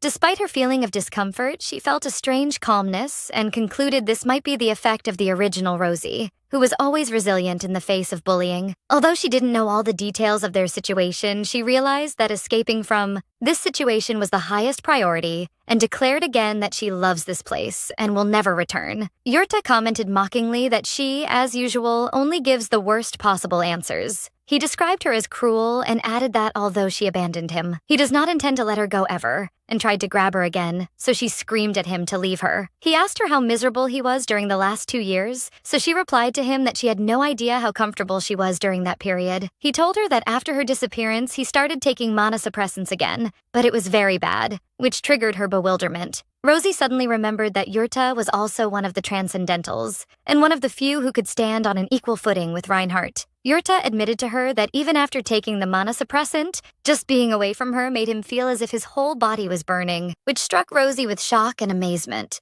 Rosie immediately remembered that Reinhardt had said something similar. He told her the scent emanating from her eased his pain, but she thought then that was just a trick from him to convince her to help him escape, so she wondered in bewilderment if that were the truth already. Amazement seized her as she thought how the original Rosie's character was not highlighted much in the events of the novel. Despite all this importance she seemed to be gaining now. Yurta interrupted her thoughts as he raised her chin, vowing to her he would prepare shackles when they returned home so she could never escape from him again. Rosie realized in horror that this situation was much worse than just facing death, for a person more insane and obsessed than Argent himself had appeared now. Despair seized her as she imagined her fate. If he managed to return her with him, she would spend the rest of her life bound in shackles by his side, just a tool to soothe his pain. In the midst of this critical situation, a firm voice interrupted them, asking coldly what Yurta was doing holding his maid. Argent appeared suddenly and faced Yurta with a look of contempt, advising him in a mocking tone that if he were lustful, he should crawl to the red light district and not practice his dirty deeds on his property. Yurta tried to handle the situation and said there was a misunderstanding, but Rosie interrupted him, explaining to the Marquis that the young master was completely drunk. Rosie continued her claim that Yurta was so drunk he mistook her identity and called her sister repeatedly, while Argent listened to her with a scrutinizing gaze. Argent smiled a cunning smile and addressed Yurta, commenting that he heard a lot about his reputation, then asked him if his only sister had truly been lost. Argent continued his mockery, explaining it would be extremely annoying for Yurta to mistake his maid for his missing sister, which triggered Yurta's anger, who sharply repeated the word, "Your maid?" Argent declared he would pretend he didn't see Yurta's drunken behavior and ordered him to leave his maid immediately. So Rosie felt relief because Argent took the initiative, but Yurta did not respond. Rather, he asked sharply about the meaning of "your maid," so Argent answered him that this girl was special to him to some extent. Then Argent dropped his bomb, declaring before him that Rosie was the one who serves him in his bedroom, which struck Rosie with complete shock. Anger seized Rosie, so she described Argent in her mind as a madman. Rosie thought in despair how Argent had implicated her with this dangerous claim just because she almost changed his bedsheets once, and how this would increase Yurta's misunderstanding and madness. Yurta turned to her, his eyes flashing sparks, wondering about the meaning of what Argent said, so Rosie realized his looks had become completely insane. Argent coldly declared she was his maid and not Yurta's sister, then addressed Yurta, saying he hadn't regained his consciousness yet. Rosie felt she wanted to leave this terrible place as soon as possible. Yurta whispered in her ear that if that was truly her wish, he would back off for now, but he vowed to her that she should look forward to what would happen next, which triggered Rosie's anxiety and her questioning of what he meant. Then Yurta turned to face Argent, declaring he would see him again, and left the place. After his departure, Rosie breathed a sigh of relief and thanked Argent for his help. Argent answered her coldly that he simply hates others touching what belongs to him, and despite Rosie's annoyance at being treated as property, she felt grateful for her escape from Yurta's grip. While she was thinking of an excuse to offer Argent to justify her escape attempt, especially since she was carrying her bag, Argent wondered about this dirty thing Rosie was carrying in her hands. Argent pointed to the garbage collection place and ordered her in a sharp tone to go and throw that garbage she was carrying immediately because it was inappropriate to continue holding it. Rosie wondered in suppressed anger if he just called her bag garbage and described him in her heart as a bastard. In the end, she couldn't sleep all night. She woke up the next morning screaming in despair, wondering what exactly happened to her last night and how she ultimately couldn't escape. Rosie woke up the next morning while still feeling confused. The mysterious words Yurta whispered in her ear last night remained stuck in her mind without understanding their true meaning. She remembered his clear threat that she should look forward to what would happen next, but she felt in her heart that she didn't want to know, rather that she shouldn't know to begin with. Rosie realized she fell into a predicament, and that leaving the Marcus's palace had become elusive at the moment. She became completely trapped. The moment she stepped out of the palace, Yurta would be able to catch her without doubt. Therefore, she decided that after having breakfast, she should go to the butler and tell him she would postpone her resignation. But before she could do that, Emily burst into her room screaming her name and asking her anxiously about her condition. Rosie tried to reassure her, claiming she was fine after having some rest, but Emily noticed her paleness and advised her not to exhaust herself further. Rosie asked her if any new matter had happened in the palace. Emily told her there was nothing important except that one of the guests would stay for an accommodation for a while, which triggered Rosie's curiosity. But her curiosity soon turned to shock and terror when Emily revealed to her the guest was the second young master of the Hurtas family, Yurta himself. In another place, Yurta's assistant, Asel, was examining some papers while wondering in bewilderment what on earth was going through his master's head. Yurta faced Asel, who appeared exhausted, pointing out he hadn't slept well. Asel wondered in himself mockingly about the cause for that, but Asel ignored his interest, considering the matter was of no importance. Asel asked him directly about the reason for his sudden decision to stay in the Marquis's palace, and if something had happened the previous night. So Yurta answered him coldly that this was not his business, and that he had another matter he should attend to. Asel remained at a loss, unable to understand what prompted his master to act in this sudden way. Yurta interrupted his thoughts as he called him by his name, declaring he had a mission, must perform. With a cunning smile, Yurta revealed his plan, explaining that if his sister insisted on not returning with him, he had no choice but to make her forced to do so. Meanwhile, at the gate of Reinhardt's cell, the maid Ella stood hesitating, so Reinhardt called her from inside. Reinhardt asked her kindly to grant him one favor, which triggered Ella's bewilderment. She asked him tensely about the kind of favor he wanted. Reinhardt pointed to the basket of potatoes she brought him and asked her to boil them well, and then deliver them to the pink-haired maid, so Ella agreed to his request. But before she left, he added in a firm tone not to forget to tell her that he was the one who sent her. While watching her as she moved away, Reinhardt wondered to himself mockingly if he should go to bring that maid, in reference to his future plans. The next day, while Rosie was walking in the corridor, Emily suggested she rest for a longer time as long as she was still sick. But Rosie refused, asserting she couldn't cause annoyance to others and that she wouldn't get her pay if she continued to rest. She thought to herself that as long as Yurta was present in the palace, he would certainly watch her, so she decided that acting naturally and monitoring the situation was better than hiding. At that moment, Ella greeted her with a morning greeting. Ella asked her if she felt better after hearing she was sick yesterday. Rosie confirmed to her she was much better after rest. So Ella felt relief. Ella surprised Rosie by presenting a basket to her, explaining it contained boiled potatoes. So Rosie wondered in bewilderment why she was giving it to her. Ella told her with a smile that the monster was the one who asked her to deliver it to her and wished her to enjoy it. Rosie and Emily examined the basket. Emily noticed with astonishment that all the potatoes had smiling faces drawn on them. Rosie remembered her last meeting with Reinhardt and how she refused his request to help him escape. Intense confusion seized her. She didn't understand how after her final refusal to him, he sends her potatoes with smiling faces.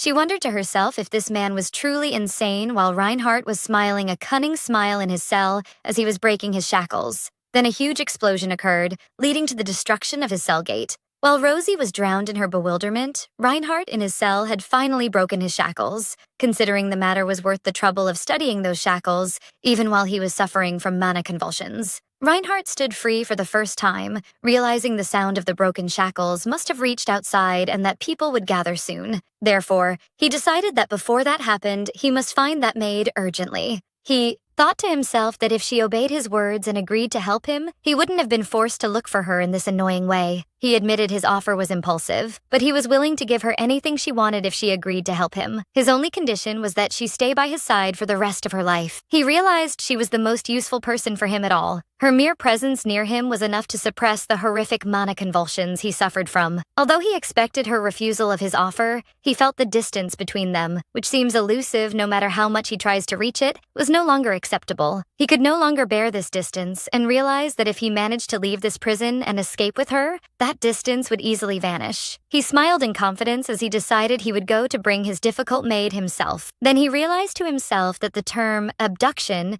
might be more accurate to describe what he intended. While Rosie was in another place chatting with her colleagues, suddenly a commotion resounded throughout the palace. The maids wondered in bewilderment about the source of the sound, speculating a fire had occurred in the kitchen, but the sound was like an explosion, followed by the screaming of the maids in panic. One of the servants rushed screaming that an explosion had occurred in the basement and that the monster had escaped, ordering everyone to take cover in a safe place. Panic seized Emily, so she grabbed Rosie and urged her to evacuate immediately. But Rosie, with a strange calmness, asked Emily to go to a safe place while she would evaluate the situation, which triggered Emily's surprise. Emily tried to stop her, wondering about the meaning of evaluating the situation, and insisting on the necessity of her escape too, but Rosie dropped the potato basket from her hand and set off rushing. Rosie ran through the corridors while Emily was calling her name in vain. She stood in the garden, unable to believe what was happening, wondering if Reinhardt had truly escaped. She remembered that Reinhardt in the original novel only escaped after suffering endless torment at the hands of Argent. She realized in concern that the timing of his escape had advanced significantly from the events of the original story. She wondered about the reason and whether her intervention in the course of events led to that, especially since the relationship between Yurta and Argent became very sensitive after last night. The sound of a man's scream pleading for his life interrupted her thoughts. One of the servants was kneeling on the ground pleading before Reinhardt, who told him coldly it would be annoying for him to panic before doing anything. Reinhardt calmly explained he only wanted an answer to one question, which was whether he had happened to see a pink-haired maid. Rosie was hiding behind the bushes, monitoring the scene in shock, while the terrified servant claimed he knew nothing. Reinhardt replied that this was not the answer he wanted, so Rosie realized he was looking for her. Confusion seized her. She didn't understand why he was looking specifically for her in a situation like this, where his focus was supposed to be on escaping only. She wondered if he intended to take revenge on her and thought about her treatment of him,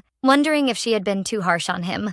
Reinhardt warned the servant he was in a hurry and that if he didn't answer immediately, the consequences would be dire. The terrified servant pointed toward the stables, claiming he believed he saw her heading there, but Rosie didn't think he would respond to his hesitant answer. While Reinhardt was asking the terrified servant if he was sure he saw Rosie at the stables, the servant confirmed that to him in a state of terror, so Rosie decided to exploit this opportunity and escape while she was still able to. After Reinhardt let the servant escape, Rosie breathed a sigh of relief in her hiding place. But her joy didn't last long, for she broke a tree trunk which led to drawing Reinhardt's attention. Reinhardt suddenly stopped and looked in her direction, a dark look appearing on his face, so Rosie realized he had discovered her location. Meanwhile, inside the luxurious palace, Yurta was talking with one of the servants who introduced himself as Fram. Yurta noticed the continuous commotion outside and wondered about its source, so Fram apologized to him for the annoyance and promised him he would go to check on the matter immediately. The butler, Fram, excused himself for a moment to leave, but before he could take a single step, another servant surprised him as he burst into the place panting to tell him the matter was very urgent. The monster present in the basement had escaped, so the words fell on Yurta like a bolt of lightning while listening to the news. Yurta told Assel that the monster had finally escaped. Assel asked him if he meant the transcendental being Marquise Evantes was holding, for he heard he was bound in mana-suppressing shackles. Assel had a vague idea of the existence of this monster thanks to their spy's reports, who was none other than another transcendental, exactly like his master Yurta, and it seemed the Marquis was determined to hide his existence from the world, but he knew hiding the sun with a hand was impossible. Yurta thought in anger that his escape couldn't have come at a worse time than this, especially with him being in the palace. When the butler Fram asked the servant about the monster's location now, the servant told him rumors say he is currently looking for a pink-haired maid. Yurta ordered his assistant Asil to bring him his sword, which triggered the latter's bewilderment. Anger seized Yurta as he wondered how a mere monster dared to covet his sister, and declared he wouldn't allow her to be taken from him after traveling all this distance to find her. Yurta decided he must find her immediately before anyone else reached her. Meanwhile, in the garden, Reinhardt had approached Rosie's hiding place and ordered her to come out quietly. Then he gave her the choice between him going to her or her coming to him herself. Panic seized her, for she realized if he came closer, he would recognize her distinctive scent, and she realized she must escape, but he warned her she might regret it if she ran now. So Rosie wondered in despair what she should do. She thought to herself he would likely kill her if he caught her anyway, and in that case, she no longer had anything to lose and decided to run with all her might. But as soon as she tried to run, she felt a mysterious force striking her, and her body suddenly stopped moving. She felt suffocated and dizzy, as if the air around her was being sucked out from her and a storm was about to tear her body apart, and wondered in horror if this was the power of transcendentals like Reinhardt. She collapsed on the ground screaming in pain. Reinhardt stood over her, and she heard him wondering mockingly who it could be, believing it was a little mouse, but he found only the Miss Maid who was having difficulty breathing. Suddenly, she felt the pressure had vanished, and air finally returned to her lungs. Unable to believe she was on the verge of death, he faced her directly, wondering why she was avoiding him, so she asked him if he truly had to ask a question like that. He reached out his hand to wipe a tear from her cheek, which triggered her bewilderment. Then he told her he finds her beautiful even, while she cries, for that was what he actually thought. He admitted that he long imagined this scene, but seeing it on the ground was much better. Rosie thought in horror that this man had completely lost his mind. She wondered what kind of karma she had earned in her previous life to deserve this fate. After Yurta yesterday, it was Reinhardt's turn today. Reinhardt told her he had been looking for her for a long time, and that their meeting this way must be the act of fate. But Rosie wondered to herself mockingly whether her relationship was closer to enmity than to fate. Reinhardt insisted that what brought them together was fate, which triggered Rosie's bewilderment, who wondered to herself wasn't he trying to kill her just a few moments ago. Rosie faced him directly, wondering about the reason for his search for her and whether he intended to kill her. But he answered her question with a mocking question, wondering how he could think of killing her. When she repeated her question about the real reason, he answered her simply that fate was the reason while he was staring at her with intense focus that triggered her embarrassment. So she wished in despair if someone would make him silent. Realizing he wasn't listening to a single word of what she was saying, Reinhardt declared his intention clearly, explaining he came to take her with him no matter the cost. And although she expressed her refusal, he told her coldly that, unfortunately, she has no choice in this matter. So Rosie realized in anger that what was happening was nothing but an outright abduction. He told her he'd like to leave when she was ready, but unfortunately, time was catching up with them. So Rosie replied in her heart angrily that the reason was, of course, because he was abducting her. Then he reached out his hand toward her, inviting her to go with him. But she challenged him, wondering what would happen if she refused to take his hand. He looked at her seriously, explaining that at the moment, she is someone he badly needs, and advised her not to make a foolish choice. Then he presented his offer to her, explaining that although she didn't help him escape, he will grant her wealth and glory if she comes with him now.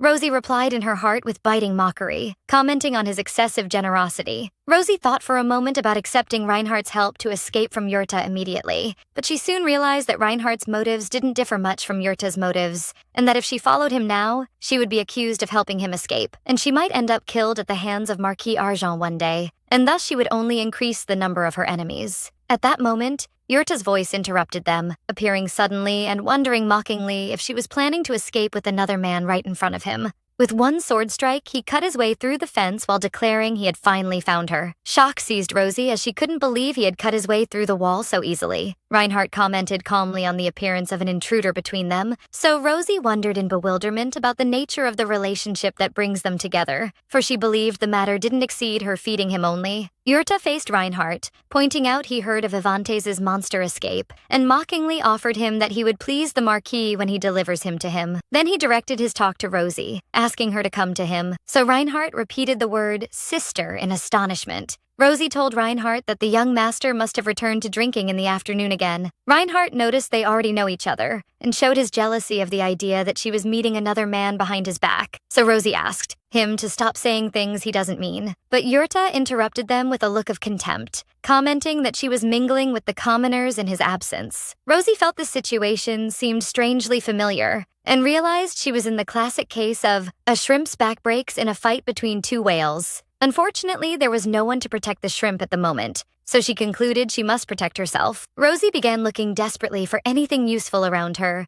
and suddenly an idea flashed in her mind.